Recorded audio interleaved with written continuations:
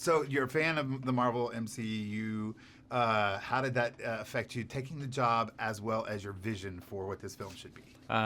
Well, taking the job was easy because I just, my chance at making a superhero movie, was not coming around that often, So like when something like that appears and like, the universe, if you will, like gives you an opportunity like that, you should take it. And I just saw it as an opportunity to learn how to make bigger films and how to learn. So because I can easily go back to my small films because I've got those scripts that I'm going to keep working on. I'll do those. But the opportunity to go through this door into this world that's huge budgets and amazing actors, a chance to work with all these people, and to create something that was going to be a challenge for me was the thing that drew me towards it. Whenever I'm about to do a project and I feel nervous and that it might be the career ender for me, then I know it's a good move. And what about the vision of it? Did it?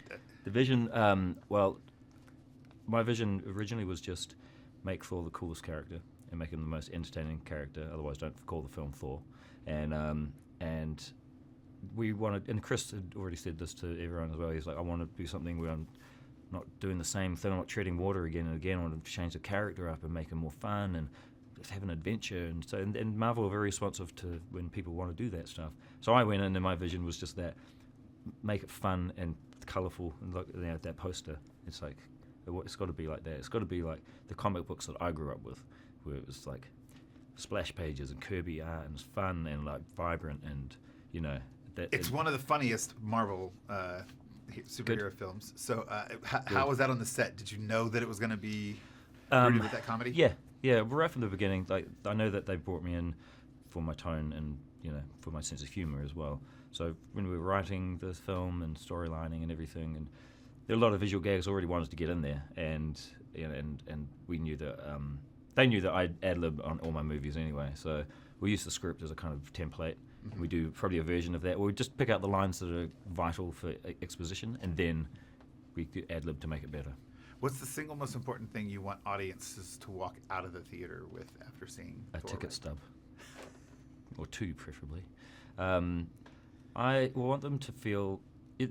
I want audiences to feel a sense of joy and just to kind of feel a bit more energized about life, because this film has got a lot of life in it, even though it's a crazy superhero movie with a giant wolf in it and a zombie army and like Incredible Hulk and all these crazy elements.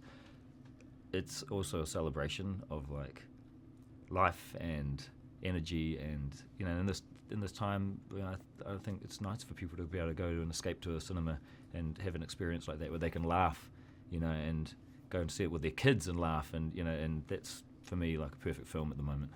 Yeah, the last question, and I want to get it right because I didn't write these questions. There was a lot of excitement around where you were filming this. Brisbane. Yeah. Brisbane. How exciting was that for you to be able to film? Because obviously that's... It was okay. It wasn't that exciting for me because there was lots of crowds and people like in the back of our shots and stuff, and it was really hard to move around the streets. But after we'd wrapped, like you could see just the sheer joy of those people seeing Chris and Tom and and the actors on the streets of Brisbane, and they're screaming and they had barricades. It was nuts, but it was like it made me think that's kind of like what we're trying to do with the movie, is like just get audiences to be excited about something again, and like I think they're going to be excited by this film.